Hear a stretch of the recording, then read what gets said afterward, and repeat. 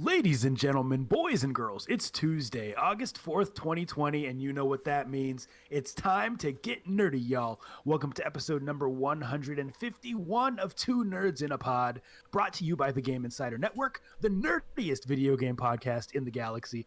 I am Lam, also known as Mr. Nice Guy, and I have got my comrade in gaming commentary here with me, the Miggity Mac, also known as Maction. Mac, how are you, brother? What's good, man? You know, I'm doing okay, but Mr. Nice Guy, I almost had the worst lapse in judgment ever. We've been doing this for 151 episodes so far, and today of all days, I almost didn't start recording on Audacity.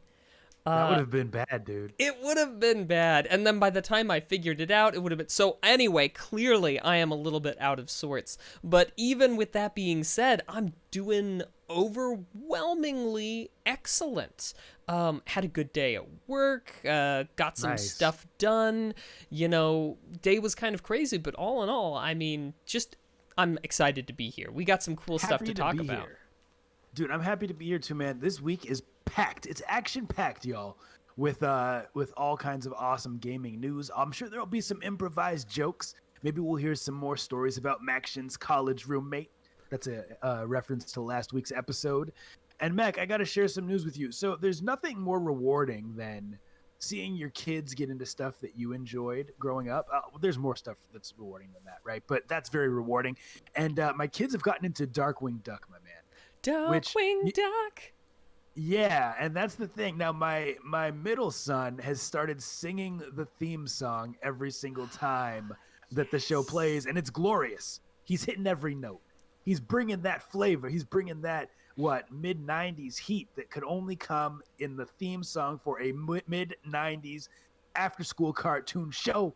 He's bringing the flavor, Mac, and I could not be more proud, man. It's fun to see. If we may for a moment. Do do do do do do do do do do do do. This 3, is 2, 1. Darkwing Duck.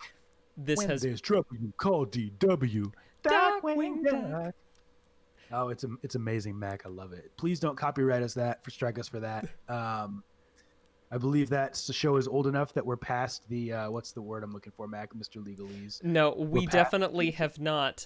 Disney, of course, was instrumental in continuing to extend the dates. So, nope, that's certainly in there. Although, interestingly enough, the lapse into public domain of things was treated differently for radio than it was for other various types of media until a certain point in time. So there's like this really weird overlap time where like movies and things from say pre-1970s are still, you know, are still under copyright protection, but like pre-1970s radio shows, you know, that's when the changeover happened. But Save a lot of those legalese. things. Sorry, okay. Hey, you asked. How dare you? I did ask. And Mac, on that note, I say we do what we do best and hop right into that. The legalese, of course. Yeah, and we'll do that later. But for now, the gaming news, my friend. What do you think about that? Let's do it. Ladies and gentlemen, welcome to episode number 151. Thank you, everyone who is here live and those listening after the fact. Mac, first news story of the week. Let's talk about Activision, everyone's favorite company to hate. This story comes to us from Business Insider by Ben Gilbert. And here's the bullet points. The massive video game publisher behind blockbuster franchises like Call of Duty and World of Warcraft is facing major internal pushback after employees circulated a salary document that exposed major pay disparities. Some employees at Blizzard Entertainment, which is owned by Activision, said that they used free coffee as an appetite suppressant and skipped meals so that they could pay rent, according to a new Bloomberg report. Activision CEO Bobby Kotick took home around $40 million last year. I believe $29 million of that, Mac, based on this document, was in stock options. 1.7 or something like that was in salary, and then there was some other money and things he got paid. Bottom line, Mac, many of these people are feeling that they are not paid fairly, and so someone said, hey, let's all write down what we get paid. Let's make it anonymous. Let's put it in a spreadsheet. And apparently this is rampant in the gaming industry, but specifically with Blizzard, Activision Blizzard.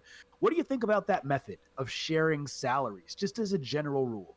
And do you think, based on what we're hearing, that the salaries in the gaming industry are lower than they should be, man? So I am not too frightfully familiar with this specific story, but I mean, it doesn't surprise me. I will say, though, most any place that I have worked has said that it is a fireable offense for you to share what you make with any of your fellow, fellow people at work people. Coworkers, yeah. Although I do believe that there are expressly laws against that sort of thing, it doesn't stop it doesn't stop various companies from saying that they will fire you if you do it. So yeah, I think it's kind of a repellent practice to be like, hey, you don't get to talk to the other people about what you make. Sure. But yeah, so I mean, I think this might be a rather interesting way to get around it, being anonymized, or at least try to avoid the sword of Damocles hanging over your head on this one. But Right. But I think it should be done more. No, so I agree with you. I think it should be done more. And I once heard someone say that the only one who benefits from a company's employees not sharing their salaries is the company itself, right? Because let's say you're a minority, whether it be based on your gender, based on your race, based on your sexual orientation, and you do not know what your counterparts are making, it really opens the door for discrimination. If maybe you're just as qualified, but potentially because you are part of a group that's smaller and less represented, people feel that they can pay you less. And the only one who benefits from you not knowing that is the company. So I like what these people did here. I like that they shared their salaries and did so anonymously. And I kind of like that they're calling out the CEO too. Now, I'm not saying that being a CEO is an easy job, and who knows if all of these stories are legitimate. I lean towards giving the employees the benefit of the doubt. You know, if people are legitimately like drinking coffee to suppress their appetite because they can't afford lunch, I mean, you need to take better care of your people, right? How hard would it be to have a room with some snacks and stuff that people can eat if they're hungry at work? They do their best work when they're well fed, when they're well rested. But ultimately, I'm a fan of this. I think that this is good. Now, Mac, do you think that maybe in the gaming industry that people are underpaid because, or feel that they are underpaid because it is an industry that so many people want to break into, that getting in is kind of like, you've made it, now take your salary, take your pennies and be happy? Do you think that mentality exists? 100%. I mean, I think this is always on display. Mr. Nice Guy, you and I, we spent some time working in jobs in a, for lack of a better term, college town back when we first became friends. And one thing that was very much on display was almost any job included some sort of an understanding, either explicit or implicit, that if you weren't willing to or didn't want to go above and beyond in various respects, then there was a line of college kids out the door that would do it for less. And so that makes a difference. It does. Yeah, there's a certain amount of pressure on you when you know that they literally have a backlog of people, right? Of potential candidates who will do your job and do it with a smile. Yeah, and in the context of video games, where a lot of people see it as, the dream job, it is the thing to be aspired to, I think it's very easy that whether explicitly or implicitly, that exact same atmosphere is certainly hanging over people's heads, so they're likely to accept smaller salaries than they otherwise would, I imagine. And, well, and it sucks and that this... I will offer one thing that so much we know, so much of the earnings of video game companies come from various in-app purchases, DLC packs, but especially the sort of, the games that have pay to win or pay to play, models around them. Boxes, all that. Exactly. That money, I think it would be a little foolish to assume that that large chunk of money that's being made is going anywhere near the people who are putting in the work for the crafting of the art form. No, I agree with you. Now, just to wrap this up, let's at least, let's be fair and let's read the quote that Activision put out. They said, our goal has always been to ensure we compensate our employees fairly and competitively. We are constantly reviewing compensation philosophies to better recognize the talent of our highest performers and keep us competitive in the industry, all with the aim of rewarding and investing more in top employees, Activision spokesperson Jessica Taylor said in a statement. She goes on to say, this year our top performers received a salary increase that is 20% more than in prior years. Our overall salary investment is consistent with prior years. Additionally, more people received promotions this year compared to prior years. That's what they have to say about it. Activision is always like the whipping boy of the industry, and they make really good games, so hopefully they get this figured out. We'll leave it at that just because we have so much other stuff to talk about. Mac, this next news story I'm really excited to talk about. This involves gaming controllers. And I'm just going to kind of summarize what's going on and then share a tweet with you that explains it. So basically, Sony has said that they are not going to allow the PlayStation 4 controller to be compatible with the PS5 games, right? There may be some backwards compatible games, in other words, PS4 games on PS5 that you can use your PS4 controller with, but that is it, if that makes sense. You can't carry your PS4 controller with you next gen. However, Xbox came out with a very interesting tweet shortly after this announcement. This was on August 3rd, 5:11 p.m. Xbox tweeted out, in case you missed it, Xbox Series X, meaning their next-gen console, is compatible with all Xbox One controllers across all games. And then they list the controllers. It says official Xbox One controllers, Xbox Adaptive Controller, Xbox Elite Wireless Controller, designed for Xbox, third-party Xbox One controllers, and headset. Oh, and Mac, there's a follow-up tweet that says, plus, the new Xbox Series X controller, meaning the next-gen controller, is compatible with all Xbox One consoles, meaning it will work with the previous gen. Windows PCs, Androids, and iOS, Project Xcloud, and Xbox Game Pass. Any thoughts, man? Well, as you know, I am a sports ball expert, and in the industry, we would call this getting scored on. Oh, getting schooled. Getting dunked on.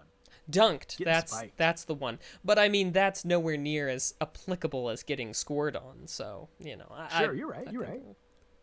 But yeah, no, you're right. You're right. What do you think, though, man? Like, first of all, do you think that anyone should have the expectation that they can take their current gen controller with them to the next gen of consoles? Well, I mean, how perfect is the current gen controller? It's pretty dang good, and it was revolutionary. I would say the PS4 controller was revolutionary. I have only played with the PS4 controller very, very slightly from time to time, so I couldn't say I have enough data to go with you on that one, but I'm inclined to believe you. You've never steered me wrong. Yeah. Well, so here's the thing. It has the gyroscope built in. It has a touchpad. It has sounds that come out based on what you're doing in game. I think it's a really, really good controller. However, in the past, we've never really, and correct me if I'm wrong, chat. I don't have chat pulled up, Max. You'll have to let me know if we've ever seen a time where you could take your current gen controller to the next gen with you. I don't think that should be an expectation. Let's see. Even like PS2 to PS3, I don't think you could. Yeah, I don't think so. I think PS3 involved that touchpad. But and that's one thing about Nintendo. They've always had like a very different controller every gen, right? Yeah, however, you could still you could use GameCube controllers on the Wii. That's a valid point. And for Smash Brothers and stuff. Yeah, I don't think you can use. I don't think you. Yeah, for the most part, the expectation has. You're absolutely right, Mr. Nice Guy. Been that new controller for a new gen, but I mean, yeah, that's. I think this is probably a situation though where where the folks at Microsoft were like, oh, here's an easy way for us to dunk on Sony and also throw out an extra detail, because I don't believe that aspect was mentioned in the previous details that we had seen released. Yeah, I don't think it was. Yeah. So we'll talk more about it later. Here's what I'll say about controllers. I think that they're a very personal thing. Like, I don't want to be too corny, but you can kind of get attached to your controller. The Xbox Elite controller is like $150. And imagine how frustrating it would be to buy one of those bad boys and only be able to use it for a couple years. Now, Xbox doesn't owe us anything, either does Sony, but I think it's a act of goodwill that Microsoft is allowing people to carry those controllers onto the next gen, and furthermore that they're making the new consoles, or rather the new controllers, backwards compatible with current stuff. I think that's amazing, and I applaud them for that. Well, controllers are expensive. True, but an issue that Ish Mobile brings up in the chat, and I think is definitely relevant and worth talking about, is that the controller, the limit is going to limit development on the new generation. So the adopting of a new controller gives more input options, more things like that available with the new console. So, I mean, maybe this is a good thing, maybe this is a not so good thing. Maybe it indicates that there aren't going to be any revolutionary new control schemes to come to us as a result of the Xbox new iteration, but perhaps there may be with the PS5. That's a good point. Dude, Ish Mobile, man, we got to get you on as a guest or something, man, because that's really, really a valid point that I had not thought of. Well, cool. Moving on to our next news story. Let's talk about the Avengers, Mac. Let's talk about Spider-Man. This one comes straight up from the PlayStation blog. It says, every once in a while, life presents you with a moment. You know what? We're not going to read the commentary. Here's the bottom line. I realized they were going to go on a long diatribe that we just don't have time for. Bottom line, this is written by Jeff Adams, and the title says, Spider-Man coming to Marvel's Avengers exclusively on PlayStation. So, Mac, the Avengers game is coming out for Xbox. It's coming out for PlayStation. There's going to be an exclusive character that will only be available as free DLC in 2021 on the PlayStation, and that character is Spider-Man. Now, a lot of people are very upset about this because they feel like they're being forced to either just not enjoy the game on Xbox or pre-order it on PlayStation due to the fact that there will be this exclusive content. Petty move by Marvel allowing there to be an Avenger only on one version of the game, or is this just good marketing, man? What do you think? Well, it's not the first time. As a matter of fact, a few episodes ago, there was a Nerdflex trivia question that involved the console-specific specific character that was available on the original Xbox, the GameCube, or the PlayStation. And I don't remember the game at the moment, but I remember it was... It was a fighting game. Yeah, it was a fighting game, and Spawn was the one for Xbox. But Link for Nintendo. Yeah, I know what you're talking about. Yeah, so, but it's one of those where, I mean, it's not without precedent, and I don't know as I would call it a deal breaker, but a lot of that has to do with the fact that I wasn't planning on playing the Avengers game in the first place, so it doesn't really impact me that much. Well, you know, you're right, and another precedent that's been set is Marvel's Spider-Man, the fantastic game, was exclusively on the PlayStation 4. So they're keeping in line with that. They're keeping it there. And now, Sony, the company, has all the rights to the Spider-Man character. They're in representations in, you know, as far as I'm aware, games and movies and the like. So it's no surprise that they would... Oh, well, maybe not in games. I don't know. Pretty sure games and movies. I know that it's one of those things that was bought by Sony before the move of, of the Marvel IP over to Disney. Of course, there was a lot of brouhaha trying to get Spider-Man to show up in the Avengers movies. Anyway, not important. No problem. And many people are also doubly upset because there is going to be an open beta for this game that will launch before it comes out exclusively on PlayStation. So people really feel like their hand is being forced. But guys, this is something that is not new. We've seen exclusive DLC on different platforms for a really, really long time. Call of Duty has flip-flopped. There's exclusivity is a thing. People pay and they get the benefit of having certain characters, certain items, certain things only on one console. So, last news story of the week, Mac. This one is on GameInformer.com, and it is written by Jeff Cork. Sony has announced that it's hosting another State of Play live stream this week with an emphasis on current hardware. In other words, don't go into the stream expecting to learn anything new about the PlayStation 5. The State of Play starts at 1 p.m. Pacific this Thursday on Sony's official Twitch and YouTube channels and will run about 40 minutes. We won't read the whole thing, but it does say there will be PS4 and PSVR games announced. Mac, I'm really curious about this, dude. PS5 is potentially coming holiday November 2020. Bad move to focus so much on the current gen stuff when you know that we don't even know the price of the PS5 yet.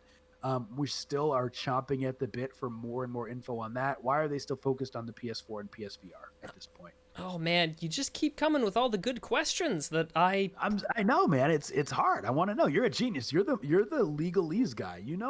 Maybe you have a rabbit you can pull out of a hat. Let us know what's going on here. It's madness to assume that expertise in one very narrow field translates to expertise in all of them, Mr. Nice Guy. I am wasted on these sorts of things. So, I mean, I feel like it's not the worst thing ever, but yeah, it seems a little, counterintuitive to focus on that when, like you said, we want to know what's going on. The royal we. Yeah, the royal we. We want to know what's going on with the pricing and the like for this upcoming gen.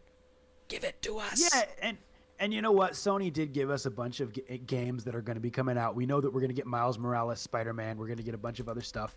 But I don't know. I will say this in closing about Sony. They are nothing if not confident. I can't think of many companies that would release The Last of Us Part 2 and Ghosts of Tsushima within the same year that they are releasing a new console and have that stuff come out on their current gen console when they easily could have pushed it back and used it to help sell systems. That says something to me about how confident they are in what the PS5 will offer us within the first 2 to 3 years. Now, that has been our news for the week, Mac.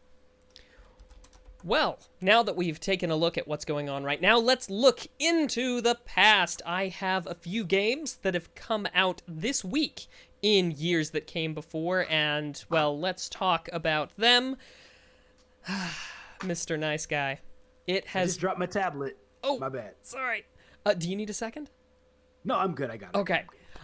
So, in 1993, we saw the release of Echo the Dolphin for the Sega Genesis. Okay. Classic. I'm just going to throw it out there. I've never played Echo the Dolphin. I've heard of Echo the Dolphin. I've even seen it played a little bit here and there, and I'm not sure what it is about it. What is it about Echo the Dolphin? It's a classic. So, dude, why? Here's the thing. I feel like it's a classic probably just because it came out at the right time and because it's so unique. I don't know if people are going to flame me on Twitter for this. I don't think Echo the Dolphin is that good a game, to be honest with you. Okay. You're a dolphin. You're swimming around, and you're called Echo because you use echolocation to find your path. But I would always just get stuck and have no idea where to go in Echo the Dolphin. I don't think I ever once had fun playing Echo the Dolphin, but I remember being like, oh, it's Echo the Dolphin. This is supposedly iconic. Let me give it a shot again every 5 years or so, and it's just not a good game. But it's well-known. Worth mentioning, for sure. Okay, sure, yeah. No, but I mean, I've seen it when I think of the Sega Genesis, and I think of the titles on, like, the shelf. I've always seemed to run into Echo the Dolphin, but, I mean, yeah. Well, anyway, for whatever contributions Echo the Dolphin gave, I think the sprite work is particularly good in Echo the Dolphin. Good-looking graphics there. But no arguments there. But yeah, I couldn't say for sure. One game released in 2011 this last week would have been Temple Run for the iOS. It was released a little bit later on Android. Classic. Temple Run really captivated me, probably about as much as Angry Birds had. It was for a little while kind of all I played on my phone for a while there, and I feel like I'm not the only one. So if you have fond memories of playing Temple Run like I do, feel free to sound off in the chat here with us live. I think it's something that we all kind of poured a bunch of time to at one point in time. I mean, how many hours of unproductive, well, hours did we have into that game? So, yeah, I never got especially far, but there it is. Well, now we're getting into the two real important ones that were released this week in the past.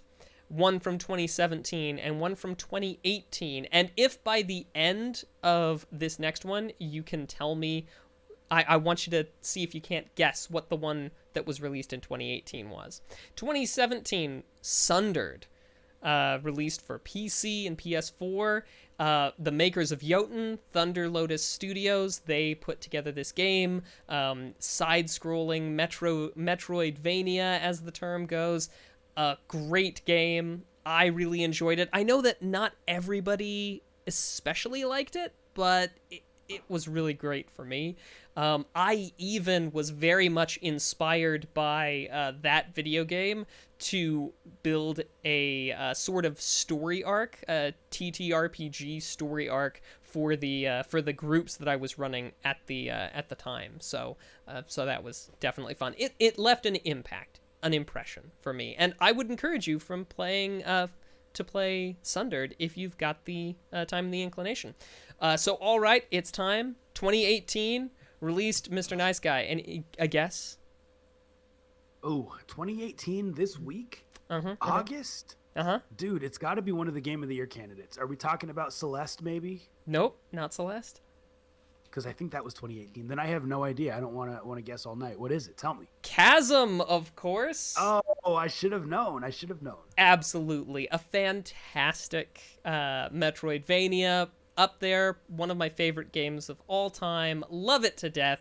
And it's absolutely one that you should play. Just barely celebrated its 2nd anniversary. I could go on for probably a whole hour gushing about how excellent it is and was. Maybe one of these days I'll spend hours talking about the sort of retrospective about how it went from design to design, because I backed it Kickstarter back in the day, and then I got to play a lot of the builds as time went on, watched development live streams. Just a game that really the community kind of welcomed me in on that one. Absolutely love it. And as a matter of fact, Chasm, I tend to judge a lot of Kickstarters by the example that Kickstarter for Chasm set. It was one of the first things that I kickstarted on Kickstarter. So anyway. Do you still have the world record for that game? I know you were speed running it at one point. No, I don't. Somebody else took it from me, but that's fine. I mean, yeah, it's all good. That's the way these things go. As a matter of fact, more people should, go take that, bump me farther and farther down the list. One of these days, I'm kind of practicing a little bit. If I feel like I can get sub 1 hour on that reliably, I will dust it off and set a new record. But until I can get it sub 1 hour, I just don't think I'm just not going at it that intently. So. Everybody tweet at Maction and request a Twitch stream of him speedrunning Chasm. I would love to see that. That'd be great. Well, if the public demands. But nonetheless, we must move on. That has been some gaming history for you. All right, fantastic. Well, now it is time for our topic of the week, a segment where we talk about something relevant in gaming and give our opinions on it. This week's The Hottest Story, man, is very, very straightforward. It's about Project Xcloud. This comes from IGN.com by Chris Reed. And it says, Microsoft has announced that starting September 15th, Xbox Game Pass Ultimate subscribers will be able to stream over 100 games to their Android devices using Xcloud for no additional fee. To make gaming on the go easier, Microsoft is partnering with hardware makers to release a series of mobile gaming accessories for use with smartphones and tablets, and then it lists a bunch of stuff that is for sale. Mac, bottom line, man, Project Xcloud is going to allow people to play their Xbox Game Pass games on their Android tablet, on their Android phone, in addition to already being able to play them on their Xbox One S, or Xbox One, I should say, and their PC or their Xbox Series X when that comes out. Microsoft has really gone all in with, you can play wherever you want as long as you're playing within our architecture of Xbox Game Pass. Do you think that this is the nail in the coffin for things like the Stadia? Even for things like the PS5, where Microsoft is just saying, hey, we're going to get you playing our stuff, playing it with us, and we're going to just do better than everyone else. Can they win with this? I hadn't considered that about the Stadia. It might very well be the death knell there. Although it's hard when Google, with their rather unpromising launch of the Stadia, knocked at least a few of those nails in themselves. So, Sure. I mean, not a big accomplishment, I would say, but yeah, certainly. As for its standing vis-a-vis the, PlayStation 5, I don't know. I think it's still too early to tell.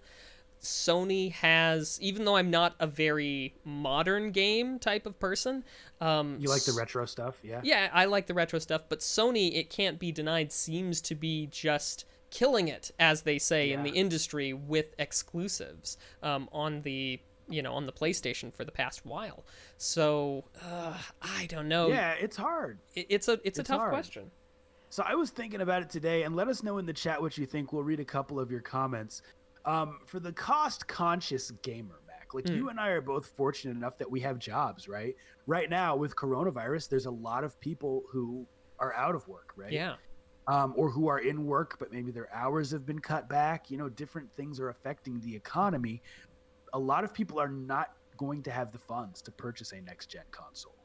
And so for that gamer, they are now able to say, hey, you know what? I can't afford $400, $500 for a new console, but I already have my Xbox One, or I don't, but I have a mobile device that's an Android. I have a tablet or a smartphone, and I have $15 a month. I can do that. I can afford a Netflix for games subscription, and now I can enjoy a lot of these games on my tablet. I think that's who they're trying to capture. Like, do you think that that's probably their strategy? It could very well be. I do want to ask a question, Mr. Nice Guy, since you're more read on this one than I am. Pazzy brings up a question, and that is this Xcloud thing that's going on, is that something that is going to be available to PC players as well, or no, that's a good question. So, and I should back up a little bit. So for Project Xcloud is a streaming service that will allow you to play these games like when you're on the go.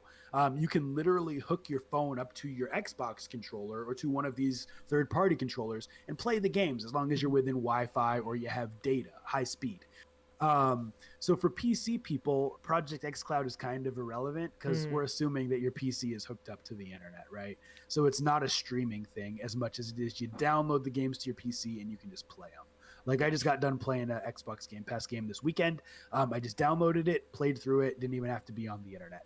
So Xcloud is streaming, but Game Pass is part of it. And so anyone who has Game Pass is now going to get to use Xcloud for free starting September 15th in beta, as long as they have an Android device, which I don't, so I won't get to test it out. But I know a lot of people do. Mac, you have an Android device. Yeah, if only you had joined us on the Android train, then maybe this could have all been avoided, and you would have access to this. I'm so sorry, Mr. Nice Guy, that Apple's leaving you behind. I mean, is this how it feels? Is this how you feel all the time? No, I don't, because Apple's stuff works. You know what I mean? And it's very, very simple and straightforward. It's an iPhone and then a number or a letter. It's not, here's the Galaxy S7, here's the Galaxy S7.5, here's the Samsung. It's true. I don't even know. It's true. Unclear naming conventions are 100% of the biggest problem with Androids. I agree with you, sir. There's others, but this podcast is only an hour, my friend, so we'll have to keep things moving. It's true. We'll keep it rolling. But let's read some of these comments real quick, because people seem to have some thoughts on this. And Galvatron says, Xcloud and Game Pass may indicate that the Xbox Series X is Microsoft's last console. I think that Microsoft would much rather sell subscriptions to customers and license the service to hardware manufacturers instead of designing... What does that say? Designing something ping and marketing thin margin hardware every few years. Now that's a valid point, because game companies really don't profit nearly as much from the hardware as they do from the software. Pazzy, you read his comment. What did other people say? Galvatron says, I want that ownership even if it's in name only, aka Steam. Yeah, Mobile, you're with me on this one. You guys don't like the digital stuff. And Moocher says, I have to wonder if older generations of gamers are happy with paying a service to stream games they will never own. See, that's what Ishmael was saying as well. Call me old-fashioned, but I like the disc and case sometimes. So, Max, so many different thoughts on this, man. I feel like we can kind of compare this to the Wii. Back in the day, the Wii came out and it really captured an audience that hadn't been captured before because it had Wii Sports. So the casual gamers, the grandmothers, the soccer moms who weren't playing hardcore games like Halo, right? Hardcore gamer games like Halo. They were like, I want a bowl. I want a bowl and I want to use this motion controller and this is fun. And so the Wii sold like gangbusters. And I feel like Xbox Game Pass is going to capture that mobile market of gamers or those Maxians who maybe don't want to buy a console because they like retro stuff more, but maybe wants the opportunity to play some of these exclusives, not even exclusives, but just third-party games that come out on Game Pass. Maybe Red Dead Redemption comes out and you're like, what? I want to play that. I can beat it in a month.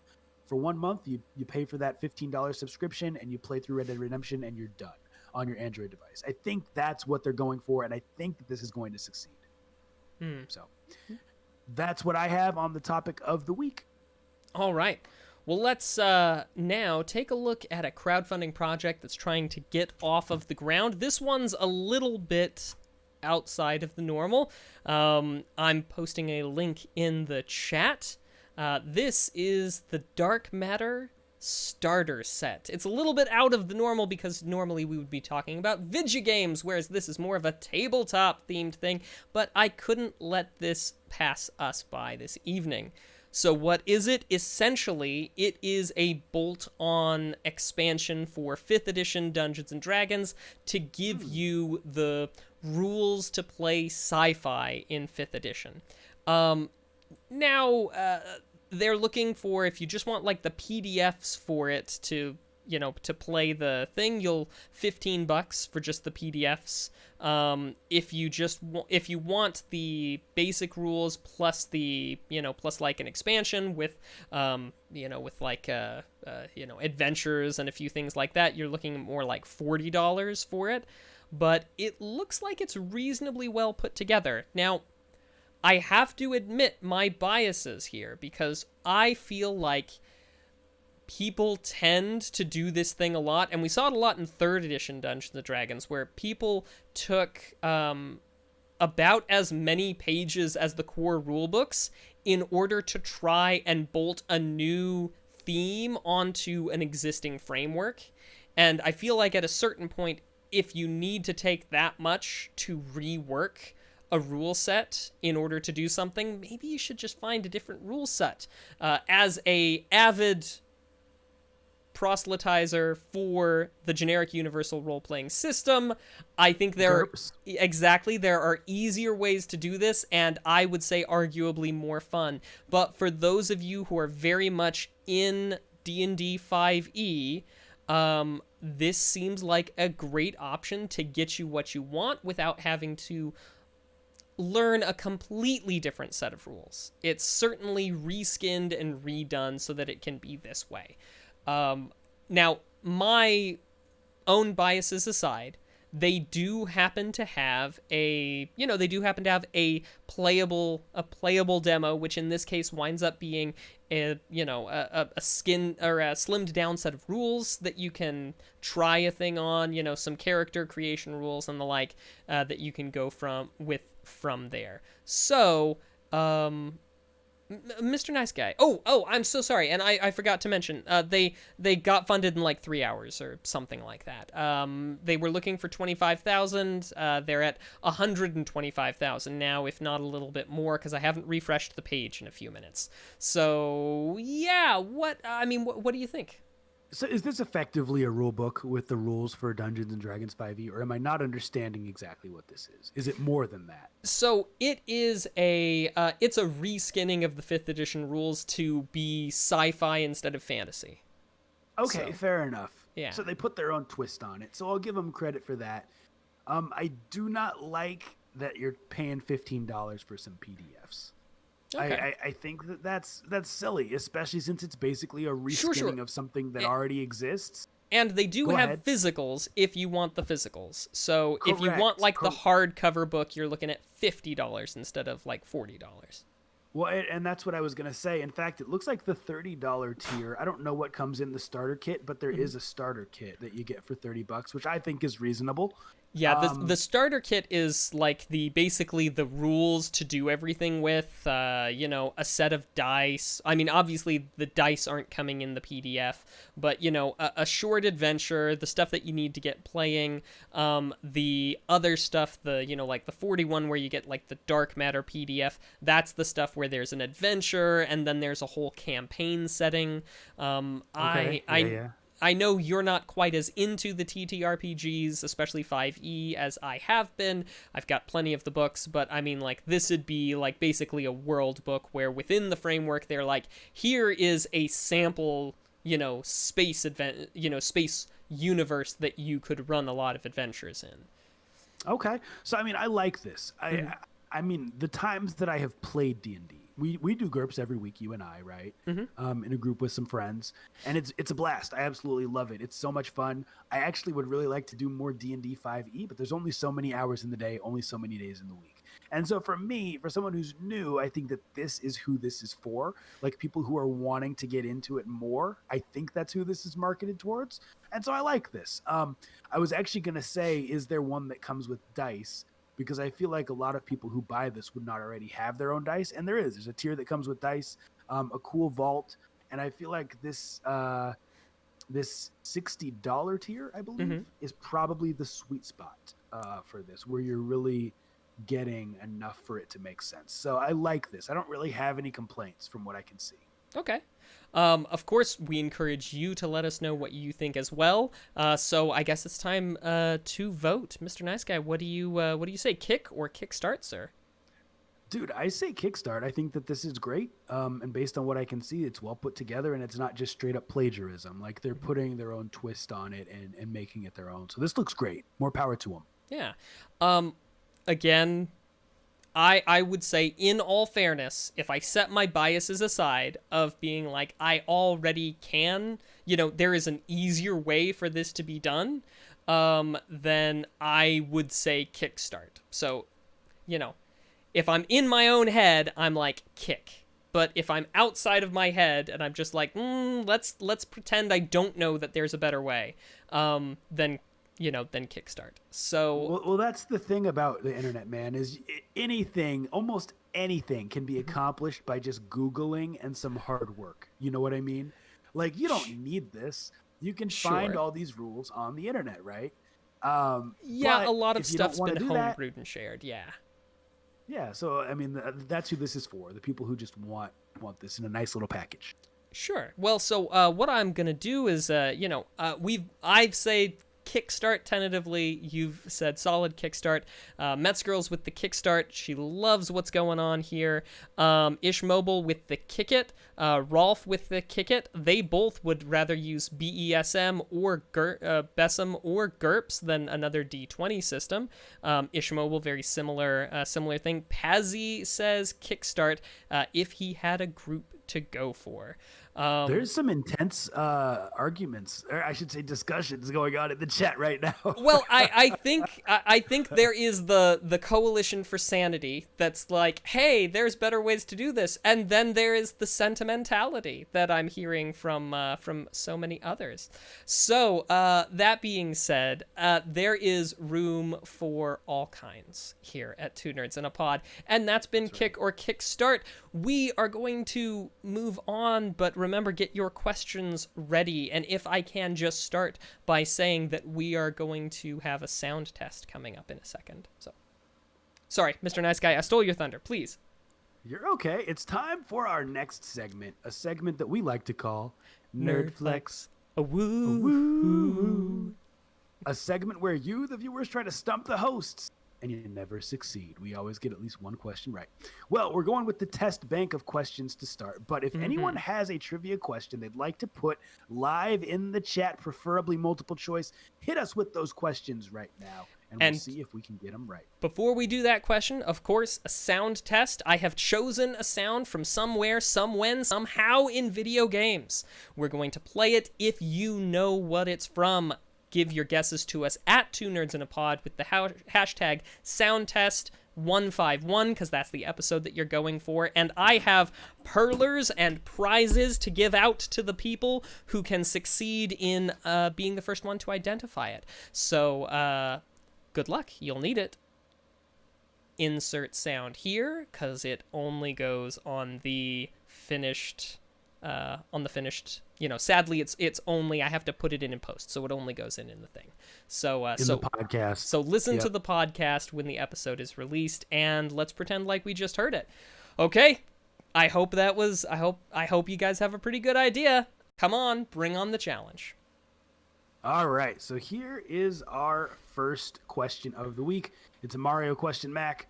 Which professional wrestler played Mario in the Super Mario Brothers Super Show? It's funny because I'm not into wrestling, and I know that you're not. I'll read it one more time, and if you guys have questions, get them in the chat for us. Which professional wrestler played Mario in the Super Mario Brothers Super Show? I have no idea. Have you seen the Super Mario Brothers Super Show? I've heard Super Mario Brothers Super Show, but I've never seen an episode. I've only seen the intro or something. So It's a ridiculous show. They're rapping and dancing kind of, and it's just really it's a corny, terrible show. And I have no idea what professional wrestler that would be because it would have been the 80s, early 90s. So I'm just gonna go with, just for fun, I'm gonna go with Andre the Giant. Okay, and I'll go with my answer. And I'll go with Randy Macho Man Savage because that's the only other wrestler I can name. So who is it, Mr. Nice Guy? It is Captain Lou Albano. Okay. I have no idea who that is, but shout out to Captain Lou and shout out to Pazzy in the chat for getting that one right. And he knew. Yeah. Cool. Well, let's move on from that. We do have a couple questions in the chat. Mac, do you want to read one of these to start us off? Sure. There is a question from Galvatron. What is Mega Man called in Japan? That'd be Rockman. I know this one. That's what I thought. Yeah, Rockman. That's easy. There's Rock, Galvatron. Roll, Bass, and Forte. So, blues and the like. But moving on to the question from Spanis. Spennis says, in Pokemon Red and Blue, Spennis is always coming here with such good Pokemon questions.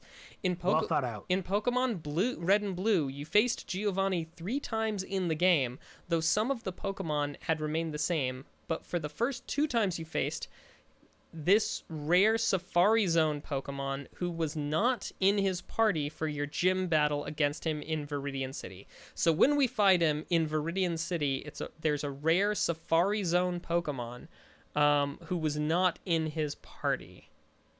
I can just see Spennis sitting at his computer right now just laughing because these questions are complicated. Right. So hang on, I parsed that wrong. So the first 2 times we fight him, he had a rare Safari Zone Pokemon in his party who wasn't in his party when you fight him the 3rd time.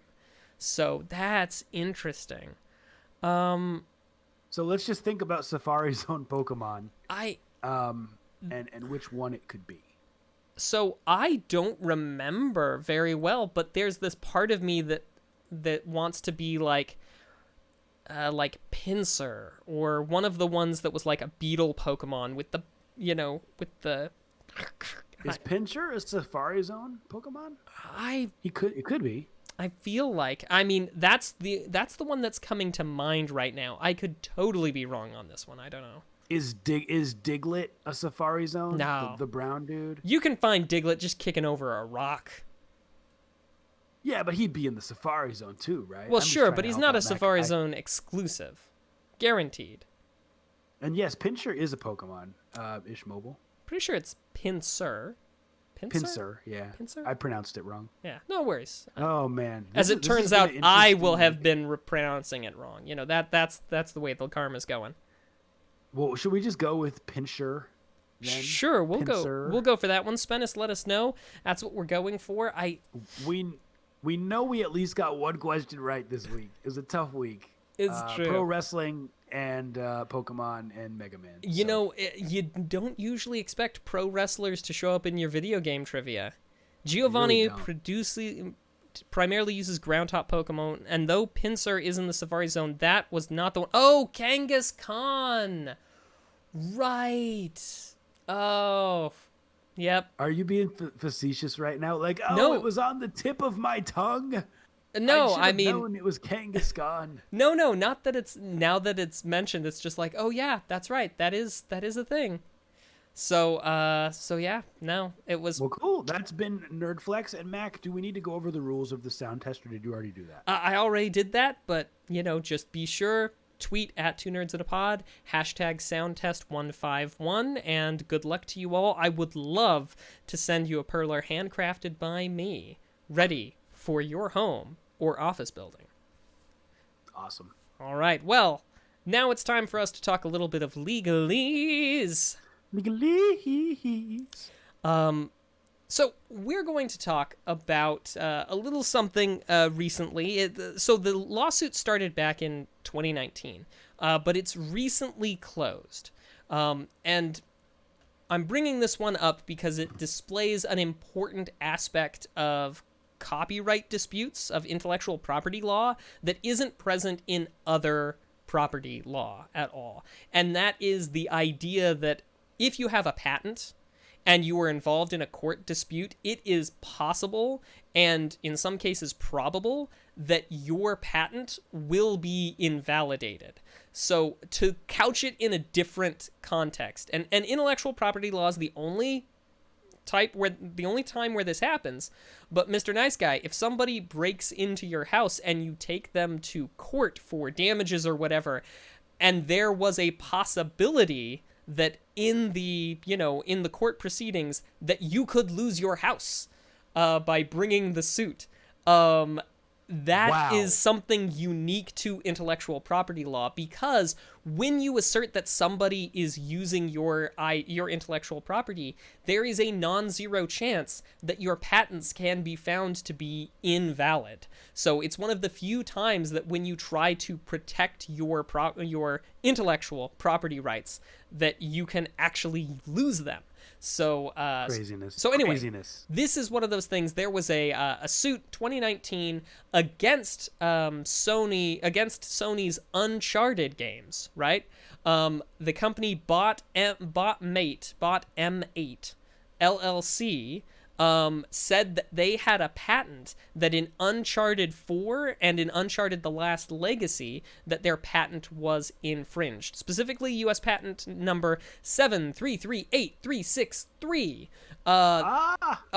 That's the one. Yeah, so what they are talking about is they have a patent that had been granted to them based on this sort of unlockable weapon system that they described in that patent.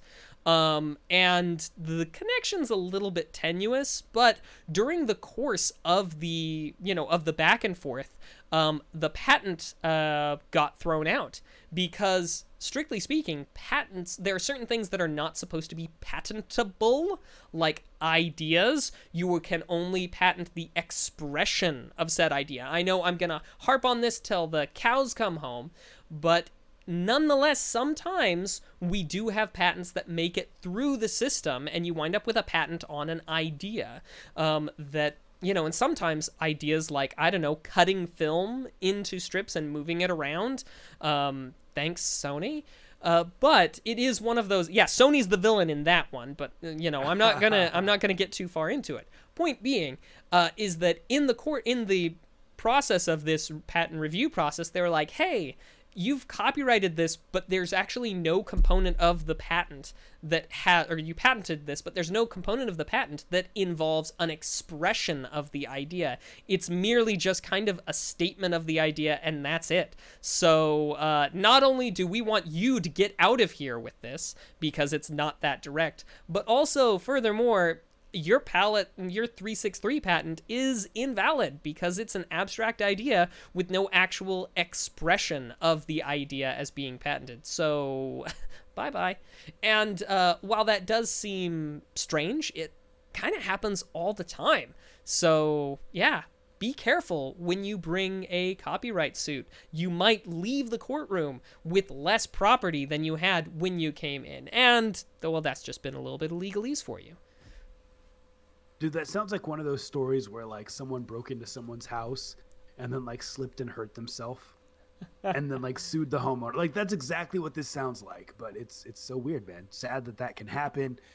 Well, ladies and no, gentlemen, actually, go I ahead. 100% disagree with you. Not sad that can happen for the precise reason I'm talking about in the intellectual property thing. For the precise reason that there are patents that get through the system all the time that are approved and invalid, and it's a part of the systemic problem at the patent office. And we'll go there some other time. But I mean, when those patents slip through, I do think it is useful for when someone wants to come, into court swaggering around and being like, this is my patent, this is my property, and it's a ridiculous patent, that it can be shot down. I actually think I take comfort in that. So, sorry, but that's just me. But no time for that. We're keeping the show today, so we need to talk about what we've been watching and what we've been playing. Yeah, we sure do. And let us know in the chat what cool nerdy stuff you've been into, because we're always looking for nerdy stuff to get into. Mac, you want to start us off, or you just talked for a while? No. So I finished watching season 3 of The Marvelous Miss Maisel. I quite enjoyed it. Also have been watching some, been watching New Girl once again. And what? Yeah, what? I can't picture you watching that show, man. Who's that girl? It's Jess. But see, I heard it was a comedy, and I tried it once, and within like 5 minutes, I was like, absolutely not. Maybe I need to go with your 3-episode rule. Hey, yeah, pilot plus 3. I find it quite charming, actually. But nonetheless, Marvelous Miss Maisel, New Girl, always watching Star Trek. As for playing, I tried playing some of Halo 3 this weekend with my friend via Master Chief Collection, and sadly, the internet connection just wasn't stable enough. But I did play a little bit of Chasm, just because the 2-year anniversary, and I got my hands on, I say that as if it's a difficult thing, some of the newly released Ocarina of Time hacks for the Nintendo 64. Ooh, they released? Yeah, so, well, by they, I mean the people who made the ROM hacks released them. So, and they were still available, at least for a period of time there. 2 of them, let's see, The Missing Link and, the Master Quest? I forget the name of the other one, I'm sorry, but I was giving those a go, and they are impressive. There are moments where it's just like, I see what you did here, but there are plenty of areas where it's, graphics and maps that have been completely redone, and it's very different. It's very cool. So give those a shot. And yeah, that's what I've been up to. What about you? Oh man, so much. So let's start with what I've been playing, because I played a really interesting game this weekend, Mac, to go back to our Game Pass discussion from earlier, called Carrion. And yes. It's effectively an like a reverse horror game where you're playing as the monster trying to get all the humans, and it's a Metroidvania, 2D Metroidvania, 16-bit. It's a really good game. I would not say it's quite game of the year, but it's kind of like that Celeste, The Messenger type of game. Like, oh, this is an indie, but this deserves to be in the discussion with one of the most memorable games of the year, because I had a really good time with it. Now, here's one thing I will say about it. You cannot have a Metroidvania game and not have a map to look at. Like, there was no, unless I just completely missed something, there was no map. So you just had to backtrack, and like, it was a pain, but it's only 5 to 7 hour game. And it was well worth it. Now, played it on Game Pass. If I had paid $19.99 for it, I might have felt it was not worth it because it was so short. But if you have Game Pass, it's a must play. Play that game. Played some Super Smash Brothers with some family in Boston and Seattle. We squatted up across the country and had a really good time while Skyping. And that's pretty much it. Pretty much what I've been playing this week, because I was into Carrion so much. Of course, Teamfight Tactics as well. As far as what I've been watching, getting back into Daredevil Season 2. And really, really enjoying it. I never finished it, Mac, and I'm really enjoying the Punisher storyline. It's been great. And that's most of it for me. How about people in the chat? All right. Well, I'll do the playing if you do the watching. Metzgirl has been playing D&D, GURPS, and Pokemon Go. Pazzy has been playing Halo as well, single player at least, and they absolutely hold up. I agree. Spennis is playing Fall Guys. Got a win in the first game I played on the PS4 today, and have gotten pretty good, even with playing the beta over the weekend. And Galvatron's playing Ghosts of Tsushima, Carrion, South Park, And let's see, Super Mario Odyssey as well. Nice. Let us know in the chat what you think of Carrion, because I think it was really good. I'd give it probably like 7.5 to 8 just because there was no map, but I really enjoyed it. As far as what people are watching, Spennis is watching old Yu-Gi-Oh! To really take himself back. And Ishmael's been watching Man in the High Castle. Oh, I missed Ishmobile playing GURPS and Transport Fever 2. My bad. Yep, no worries. Pazzy, my man, has been watching some James Bond. While the action and incredible sets still hold up, he's had to turn off at least one film out of the 4 because we got a bit of actual sexual assault. I didn't know there was that in the James Bond movies. Yeah, they're really... We'll keep it moving. Consent's an issue. Oh, that's frustrating. Yeah. I did not know that. I haven't seen a lot of the really, really old ones, and I will now make a note not to because I'm not down with that.